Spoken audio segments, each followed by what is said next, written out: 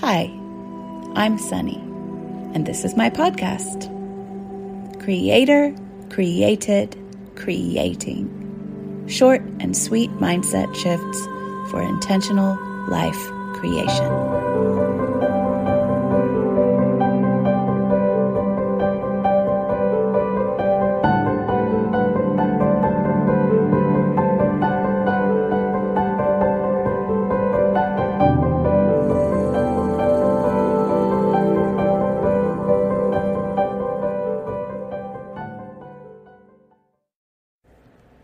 Good morning. So I just wanted to make a very short follow-up episode to my How to Deal with the Tricky Bits episode, because I know that I have assumptions about that people understand what I mean by certain things, or would just naturally assume certain things like I do, and that's not true.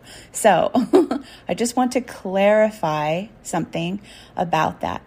And that is that whenever I give some kind of a practice or some kind of something you can try as a tool to help you through your tricky bits, it's always just like, here's another one to try. Here's another one you can try right now. Here's one that's working for me right now. And when I say right now, what I actually mean is right now. And what I mean by that is, I don't mean like right now as in this year or this month even. I mean literally today. I mean right now. And then tomorrow, it could be another tool that actually works really well, and that's the tool that I need. And last week, it was a different tool that I needed. So always please hear any suggestions for tools for dealing with your tension and contrast and your tricky bits, however suits you best. So it's always just going to be a suggestion. That's something you can try. So I don't just use that method that I offered the other day. That was what I was using that day and that week or whatever. And sometimes I use that. And I've used that sometimes for many, many years. But I've also used lots of other tools like EFT tapping. And I've also used lots of other tools like the work of Byron Katie. And I've also used journaling. And I've also used walking it out. And I've also used hiring professionals. And I've also used, sorry, I forgot to turn off my notifications. I've tried them all. I've tried them all because I like to try them on. I like to try different tools on and see how they feel. And I find that I just pick a tool out of the toolbox that feels right for me at any given time.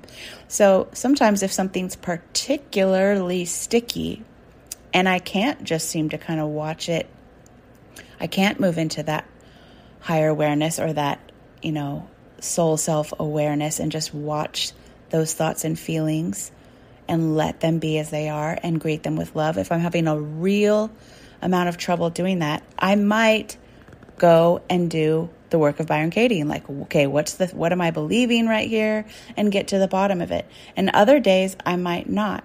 So I just always just trust my intuition on that.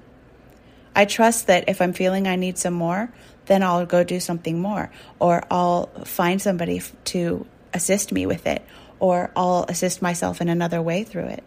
But I just use whatever tool calls to me that day, and I always recommend that you do the same.